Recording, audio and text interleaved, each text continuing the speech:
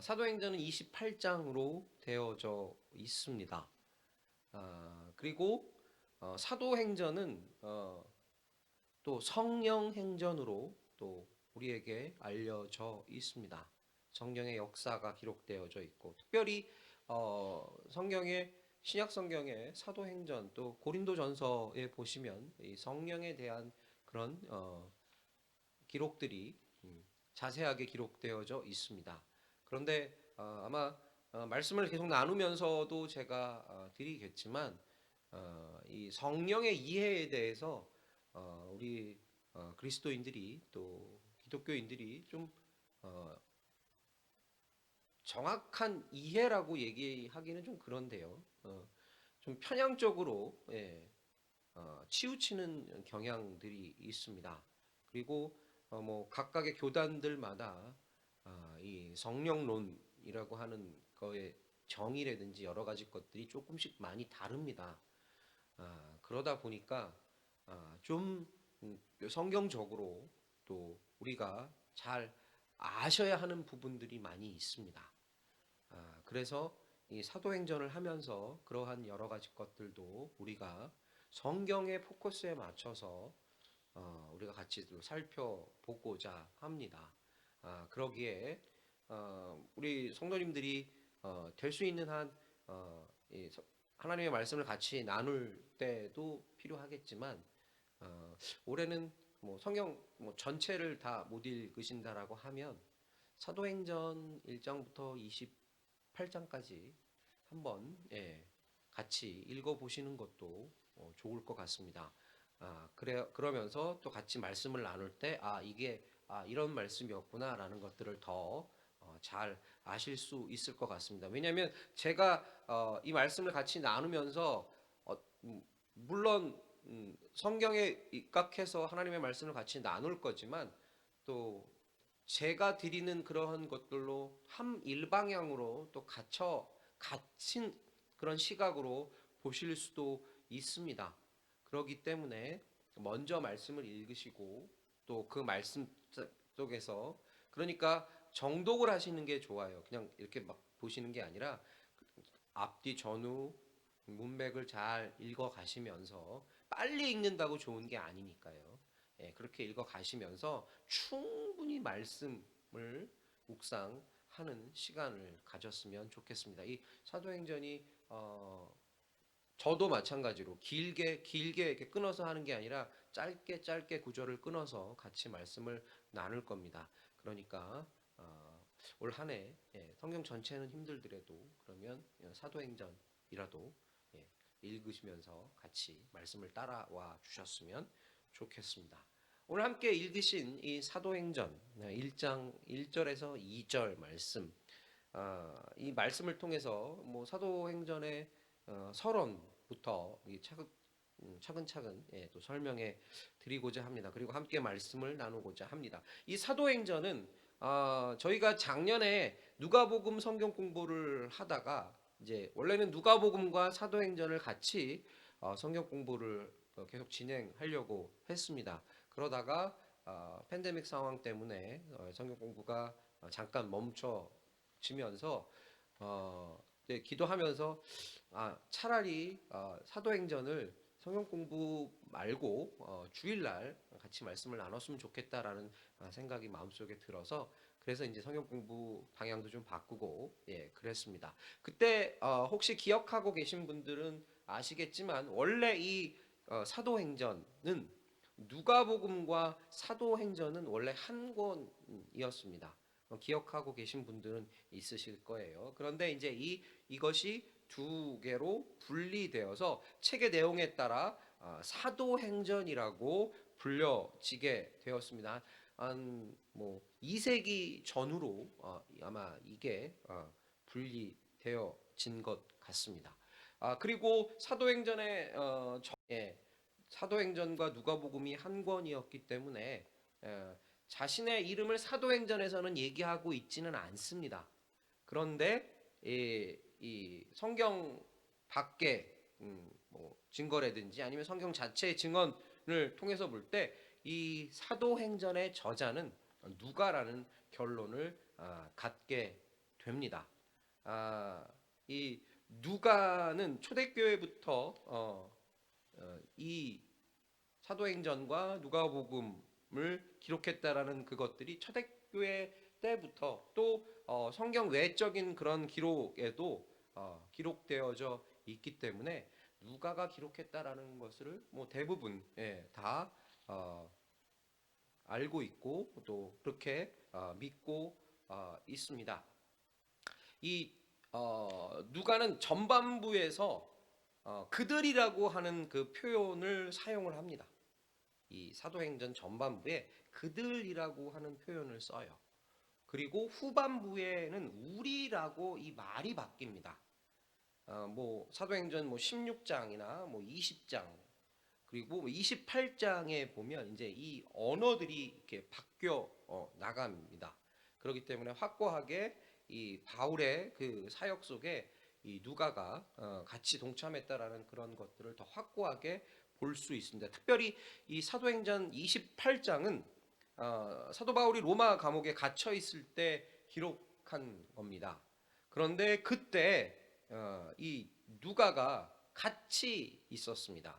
성경 한번 찾아보도록 하겠습니다. 골로새서 4장 4절 말씀 한번 볼까요? 골로새서 4장 14절입니다.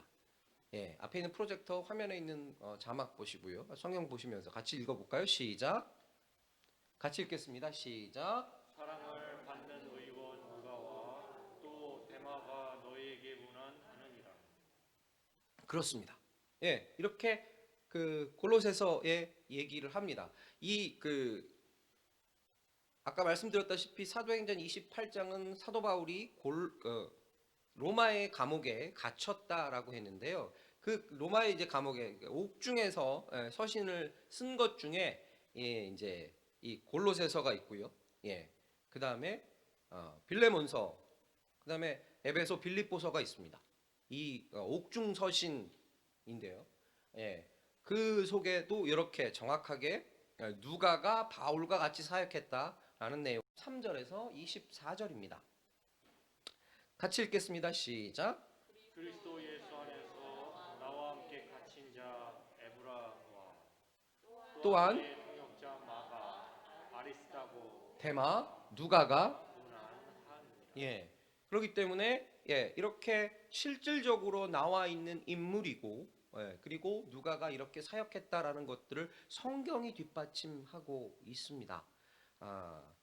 그렇기 때문에 이때 누가가 이 누가복음과 사도행전을 각각 기록했다라는 증거가 될 수 있습니다. 특별히 이 누가는 자신의 경험을 근거로 하여 그 부분의 내용을 기록하고 있습니다. 특별히 초대교회의 전통에 따라 누가에 대한 바울의 언급 한 번 더 볼까요? 디모데후서 4장 10절에서 11절 한번 보겠습니다. 같이 읽겠습니다. 시작. 대만은 이 세상을 사랑하여 나를 버리고 데살로니가로 갔고 그레스게는 갈라디아로 디도는 달마디아로 갔고 11절이요. 누가만 나와 함께 있느니라. 내가 올 때에 마가를 데리고 오라. 나의 일에 유의하리라. 그렇습니다. 이 전통에 따라서 내용을 기록하고 있습니다. 그리고 이 누가가 바울의 동료라는 사실을 증명하고 있습니다. 참고적으로 누가는 예수님의 제자는 아닙니다. 예수님의 제자가 아니에요. 그런데 예수의 사역부터 이렇게 자기 눈으로 보고 그리고 사도 바울의 사역에 이렇게 같이 동참한 자입니다. 그리고 아까도 잠깐 읽으셨으면 나왔겠지만 누가는 의사였습니다.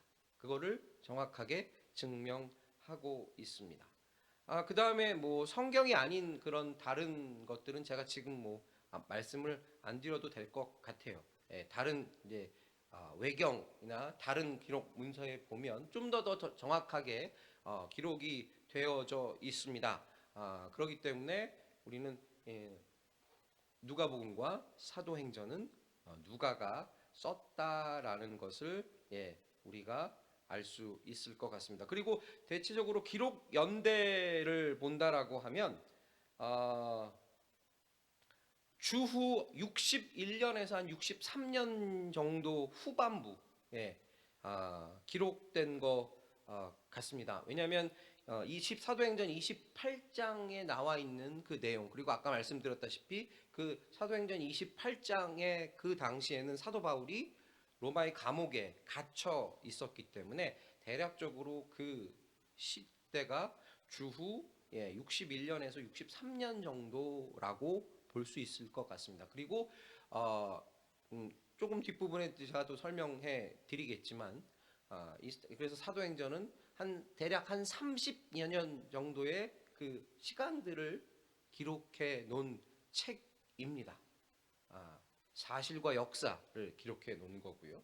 사실과 역사 속에 하나님이 어떻게 하셨는지를 기록해 놓은 겁니다. 그리고 그리스도 예수의 복음이 성령을 통해 어떻게 증거되어져 있는지도 나타난 것이 바로 사도행전이라고 보시면 될 것 같습니다. 그리고 이 사도행전의 수신자는 우리가 아까 본문에서 읽었다시피 데오빌레오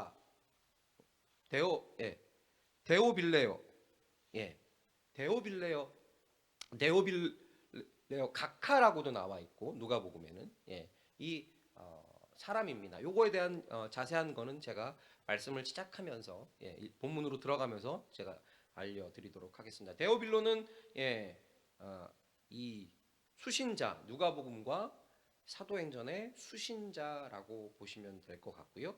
사도행전의 전반적인 구성을 본다라고 하면 사도행전 1장 8절에 있는 말씀을 우리가 보면 될 것 같습니다. 혹시 사도행전 1장 8절 기록되어져 있나요? 한번 같이 읽어보겠습니다. 사도행전 1장 8절입니다. 같이 읽겠습니다. 시작. 오직 성령이 너희에게 임하시면 너희가 권능을 받고 예루살렘과 사마리아와 땅끝까지 이르러 내 증인이 되리라 하시니라. 증인되어지는 거예요. 그런데 오직 성령이 너희에게 임하시면 너희가 권능을 받고 예루살렘과 온 유다와 사마리아와 땅끝까지 이르러 내 증인이 되리라. 그러니까 이 사도행전은 바로 이 부분인 거예요. 예루살렘, 그리고 온 유다와 사마리아, 그리고 땅끝까지입니다. 당시에 이 사도행전이 기록되어 있을 때 땅끝은 로마였어요. 그런데 이제 이게 우리의 말씀으로, 이 시대에 읽고 있는 우리의 말씀으로 이 말씀이 받아진다면 단순히 로마라는 것으로 끝나는 것이 아니라 우리를 통해 복음이 증거되는 그때까지입니다. 그러니까 우리도 마찬가지로 사도행전을, 우리만의 사도행전을 써내려 가야 하는 거예요. 이게 이제 오늘 뒷부분에 보시면 제가 말씀을 나눌 때 또 같이 얘기하겠습니다. 그러니까 사도행전은 28장으로 끝나지만 우리의 사도행전을 또 써내려 가는 거예요. 어떻게? 예루살렘과 온 유다와 사마리아 땅끝까지 이르러 주의 복음이 증거되어질 수 있도록입니다. 각자의 사도행전, 그 사도행전은 성령을 통해서, 우리의 삶을 통해서 나타나는 성령 행전이어야 되고 우리들의 삶의 고백이고 우리들의 신앙의 모습이어야 하는 겁니다. 그래서 저 1장 8절 내용에 따라서 이 사도행전은 예루살렘에 포커스를 둔 게 있고요, 온 유다와 사마리아에 포커스를 둔 장면이 있습니다. 예루살렘 포커스를 두는 것이 1장에서 8장 3절까지가 예루살렘에 대한 포커스입니다. 한 대략 2년 정도의 기간에 걸쳐서 진행된 이야기들입니다. 그리고 8장 4절부터 12장까지가 한 대략 13년 정도 되어진 얘기인데 유다와 사마리아에 대한 겁니다. 예루살렘에 대한 것들은 베드로 그리고 뒷부분에 이제 스데반이 순교되어지는 장면이 나오는데요.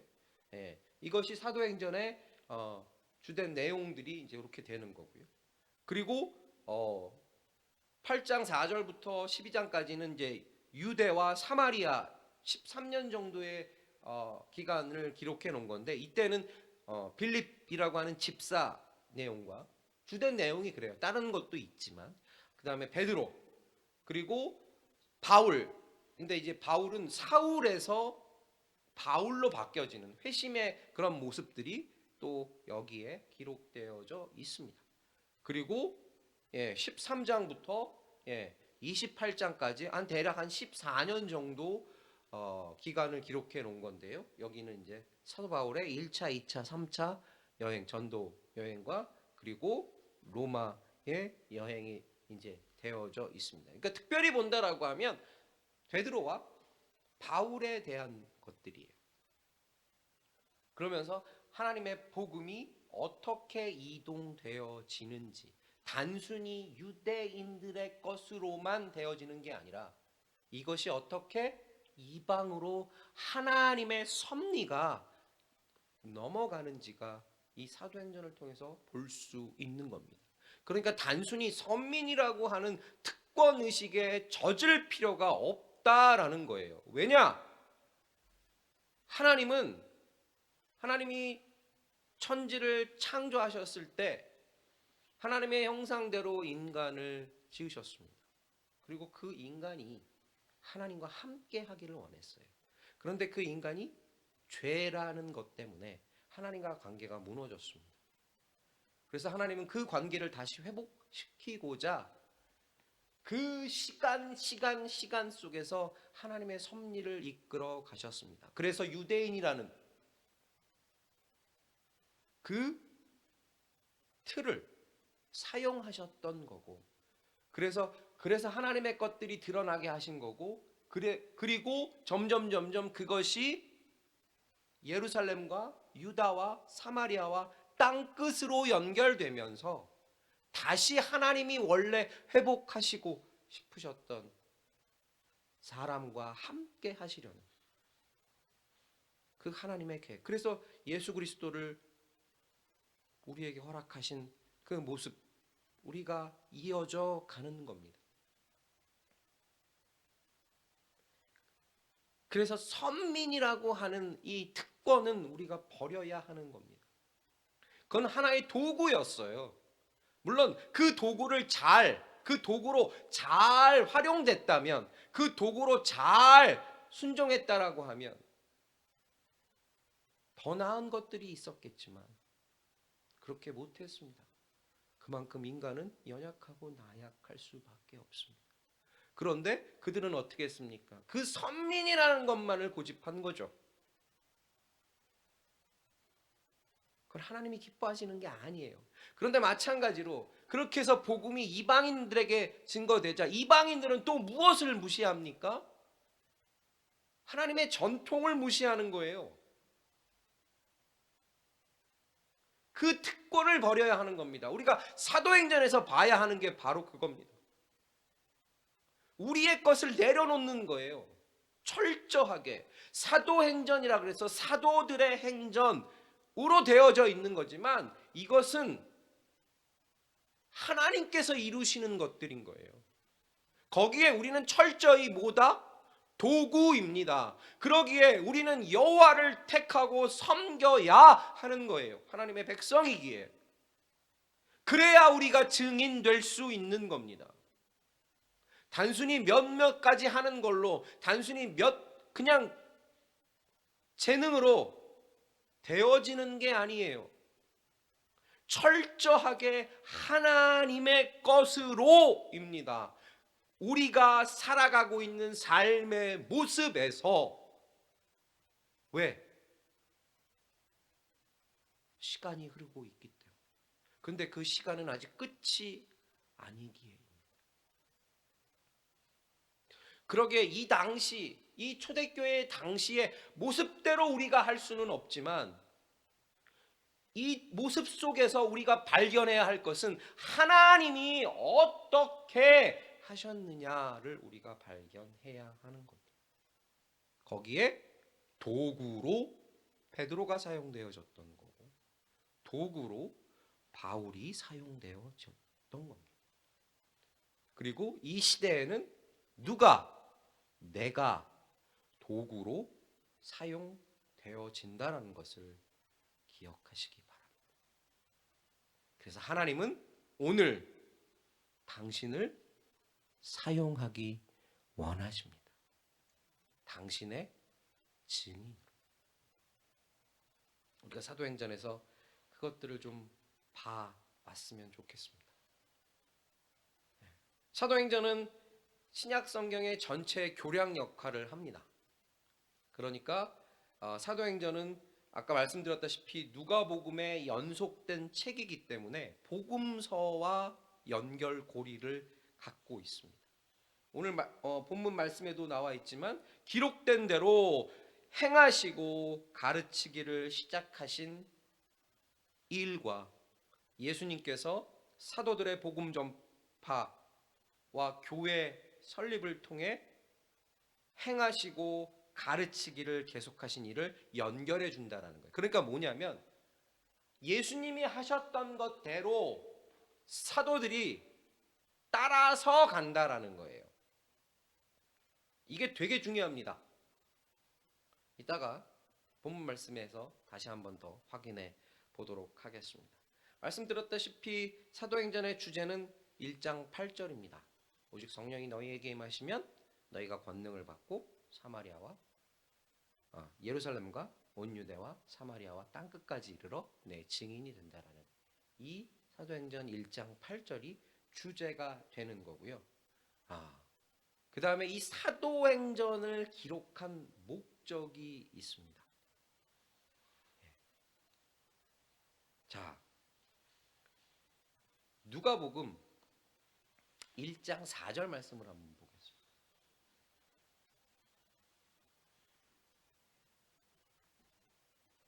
같이 읽겠습니다. 시작. 이는 각하로 그 배운 바의 확실함을 알게 하려 함이로라. 그렇습니다. 이게 데오빌레여 각하로 배운 바를 확실히 알게 한다라는 겁니다.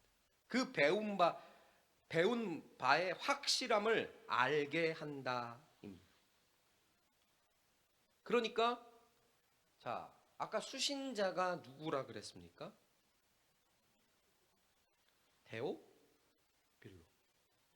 그렇죠? 한 사람이에요. 누가복음의 수신자 데오빌로 각하입니다. 그죠? 자, 오늘 본문 1절 말씀 한번 보여주실래요? 좀 떨어져 있지만 넘기시면 오늘 본문 1절입니다. 같이 읽겠습니다. 시작. 데오빌로여, 내가 먼저 쓴 글에는 물은 예수의 행하시며 가르치시기를 시작하신부터. 연결이 되는 거예요. 그죠? 그러니까 누가복음의 수신자도 사도행전의 수신자도 하나. 저는 이 포커스를 가지고 사도행전을 보려고 해요. 수신자가 누구다? 그렇죠. 한 사람이라는 거예요. 그러니까 이 지금 데오빌로의 신앙을 확고하게 하는 데 있습니다. 아마도 데오빌로는 이방 개종자였을 거예요. 기독교로 개종한. 그러니까 원래부터 그 문화를 가지고 있던 자가 아니라 다른 문화 속에 있다가 예수라고 하는 그 문화를 알게 된 것입니다. 그렇기 때문에 누가는 데오빌로로 자신이 배운 바를 확실하게 알게 하기 위함이 먼저였어요. 그러니까 모르니까. 그렇죠? 모르니까 확실하게 알게 하려 함인 것. 그리고 그 안 것을 이제 이미 그가 기독교에 대해서 알고 있는 것보다 더 깊고 넓은 지식으로 그 역시도 누구에게 또 다른, 그렇죠? 또 다른 누구에게 전달하기 위해서입니다.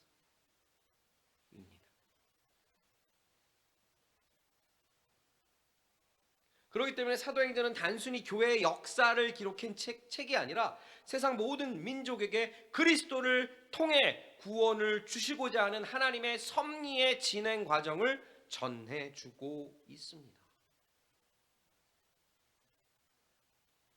하나님의 섭리 과정을 전해주고 있는 거예요.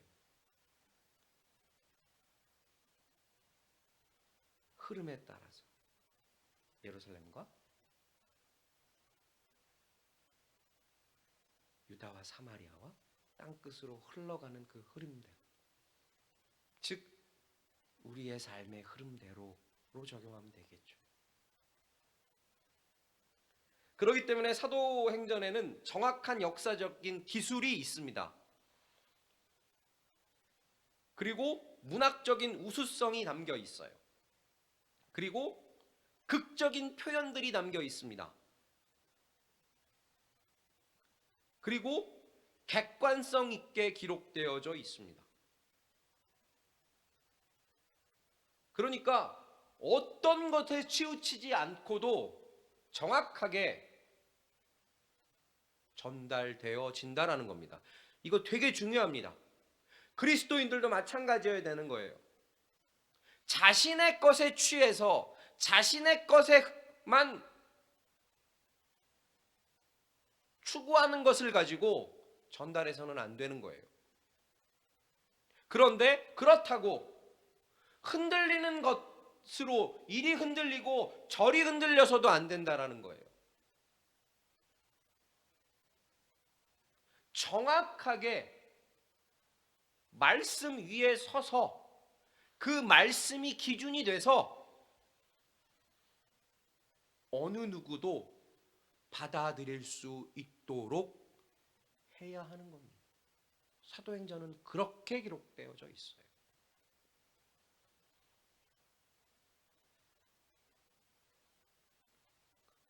그렇기 때문에 정확하게 알아야 돼요, 그리스도인들이.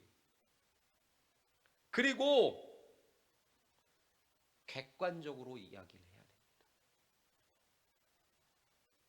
왜? 하나님의 말씀이기 때문에.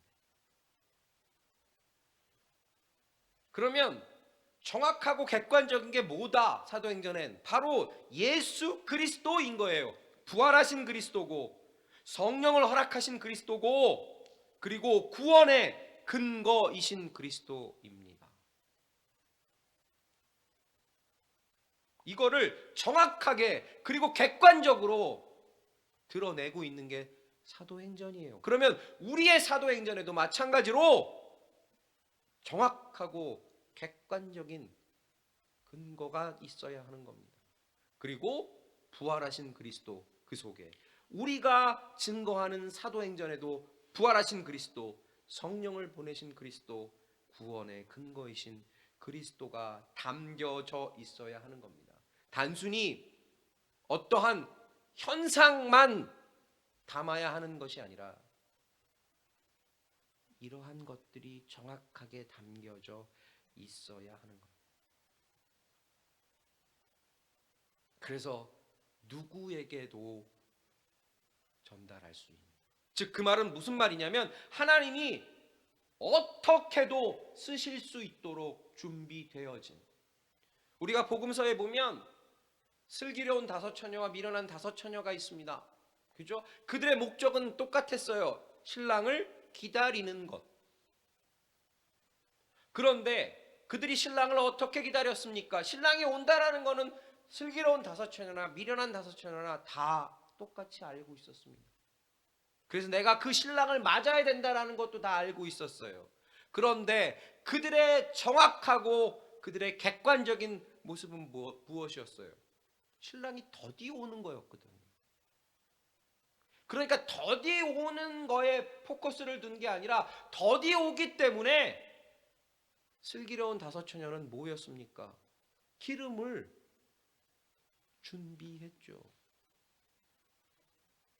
그런데 미련한 다섯 처녀는 기름을 준비하지 못했어요. 우리가 사도행전을 통해서 우리가 봐야 하는 게 바로 그것입니다. 준비되어져요.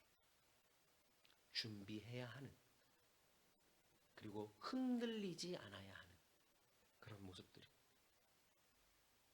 자, 다시 오늘 본문으로 가겠습니다. 본문 1절이에요. 같이 읽겠습니다. 시작. 데오빌로여, 내가 먼저 쓴 글에는 물은 예수의 행하시며 가르치시기를 시작하신부터 그리고요 2절이에요. 그의 택하신 사도들에게 성령으로 명하시고 승천하신 날까지의 일을 기록하였노라. 그렇습니다. 아까 제가 뭐라 그랬죠? 사도행전은 정확하고 객관적이라고 말씀드렸어요. 그죠? 근데 오늘 본문에도 보면 아주 정확한 거예요. 제가 읽겠습니다. 데오빌로요, 내가 먼저 쓴 글에는, 이 먼저 쓴 글은 누가복음이에요. 예. 문에는 무릇 예수의 행하시며 가르치시기를 시작하신부터 그의 택하신 성도들에게, 사도들에게 성령으로 명하시고 승천하신 날까지 말을 기록하였느니라. 저를 잠깐 보시겠어요? 예수님의 사역은 정말 이렇게 정확했습니다. 오늘 나와 있는 이 말씀 똑같은 거예요. 예수의 행하시며 가르치시며 택하시며 사도들을 명하신 것, 그리고 승천하신 것.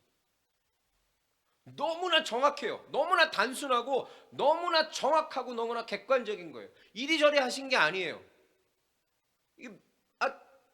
명백하게 딱 알 수 있어요. 그죠? 예수의 행하신 것. 예수님이 행하셨어요. 스스로 몸소 행하셨어요. 그리고 가르치셨어요. 그리고 어떻게 했어요? 제자들을 택하셨어요. 그리고 사도들을 성령으로, 제자들을 성령으로 명하셨어요. 그리고 승천하셨어요. 명확합니다. 그리스도인들은 마찬가지여야 돼요. 그리스도인들도 명확해야 돼요. 이랬다 저랬다 이게 아니에요. 이러면 안 된다라는 거예요. 명확해야 돼요. 그런데 그 명확한 것의 출발이 뭐였다? 가르치시고 행한 게 먼저가 아니라 행하고 가르치셨다라는 거예요. 그러니까 예수의 삶에서 그 하나님의 뜻이 먼저 나왔다라는 거예요. 여우도 굴이 있고 다른 것들도 다 있는데 왜 인자는 머리 둘 곳이 없다라 그랬을까요? 왜 낮고 낮은 말구에 왜 오셨을까요? 그것이 하나님의 뜻을 이루어 드리는 예수의 행하심이었어요.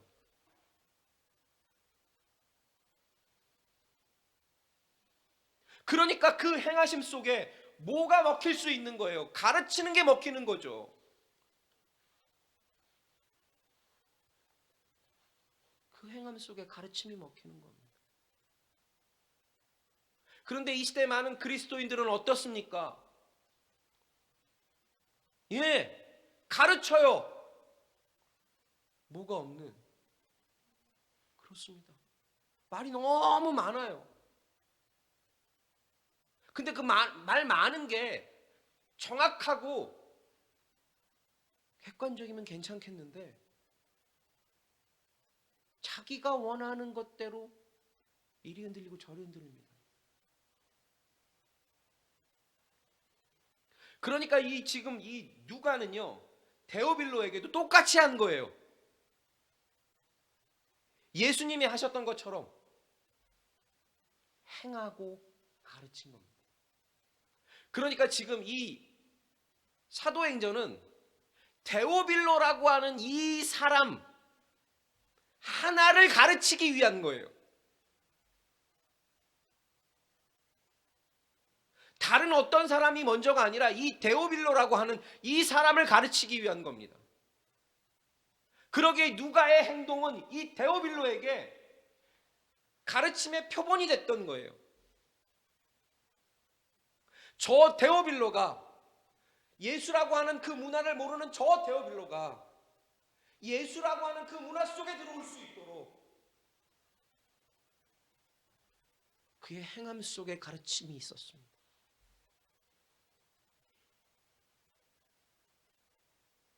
저는 교회가 이래야 된다고 생각합니다. 그리고 이게 교회입니다. 한 영혼, 그 천하보다 귀한 한 영혼을 살리기 위한 절실함이 있어야 하는 겁니다. 많은 무리가 있으면 좋지요. 그런데 저와 여러분이 써내려가야 할 이 사도행전에도 마찬가지로, 저와 여러분의 사도행전에도 마찬가지로 한 사람을 바꿀 수 있는 헌신과 노력이 필요합니다.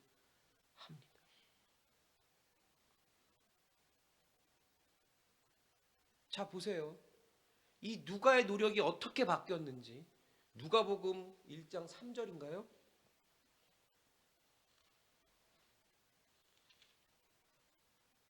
같이 읽겠습니다. 시작. 그 모든 일을 근원부터 자세히 미루어 살찐나도 데오빌로 각하에게 차례대로 써보내는 것이 좋은 줄 알았노니. 그렇습니다. 자, 보세요. 자세히 미루어 살핀 나도 데오빌로 누구예요? 예.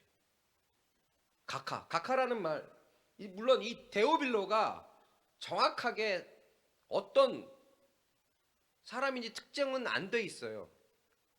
다음 시간에 다시 1절하고 2절 말씀을 하면서 지나가겠지만, 그런데 우리가 알 수 있는 건 이 각하, 그러니까 높은 지위에 있는 거겠죠, 그죠? 예, 각하, 예, 데오빌로 각하니까. 자, 그런데요, 사도행전 1장 2절 보여주실래요? 1절이요. 예, 같이 읽겠습니다. 시작. 그들은 물은 예수의 행하시며 가르치시기를 시작하신부터. 그렇습니다. 자, 뭐가 바뀌었어요?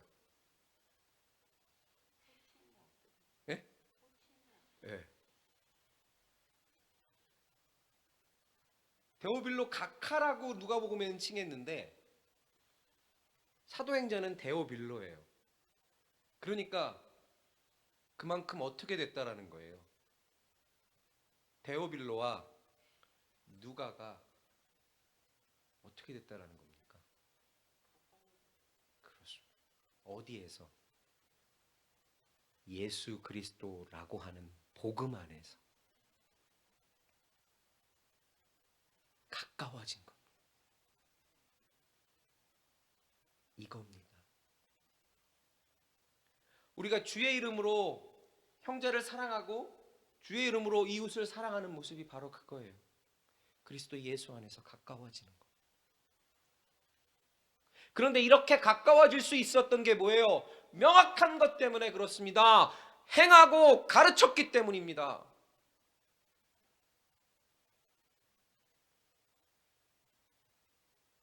그리고 그거를 이 데오빌로는 아주 정확하게 그대로 뭐예요? 받아들였다라는 거예요. 저와 여러분의 삶을 받아들였다라는 거예요.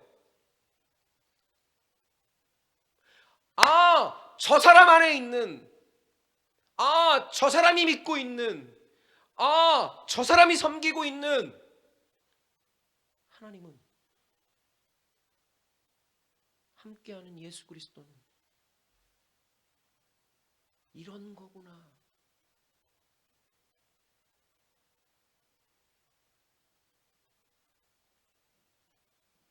오늘 말씀을 마치면서 저를 좀 봐주시겠어요?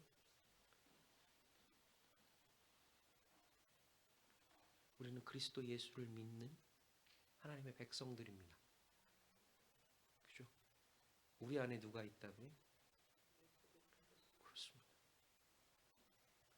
그러니까 우리 안에 있는 예수 그리스도가 드러나는 게 바로 그겁니다. 세상적인 지위 속에서 하나님의 관계로 이어져 가는, 그래서 인정되는, 그래서 이해되는, 그래서 함께 할 수 있는 모습인 거예요. 네가 가졌으니까, 내가 없으니까, 네가 부자니까, 내가 가난하니까, 이게 아니라 네가 가지고 있는 예수와 내가 가지고 있는 예수가 말씀으로 하나 되니 하나님이 기뻐하시는, 이것이 협력해서 선을 이루어가는 모습이 되어지는 겁니다. 그래서 우리가 이 사도행전을 통해서 우리가 배워가면서 우리 속에 있는 예수를 소개하기 원합니다. 그리고 당신에게 있는 예수 그리스도를 소개받기 원합니다.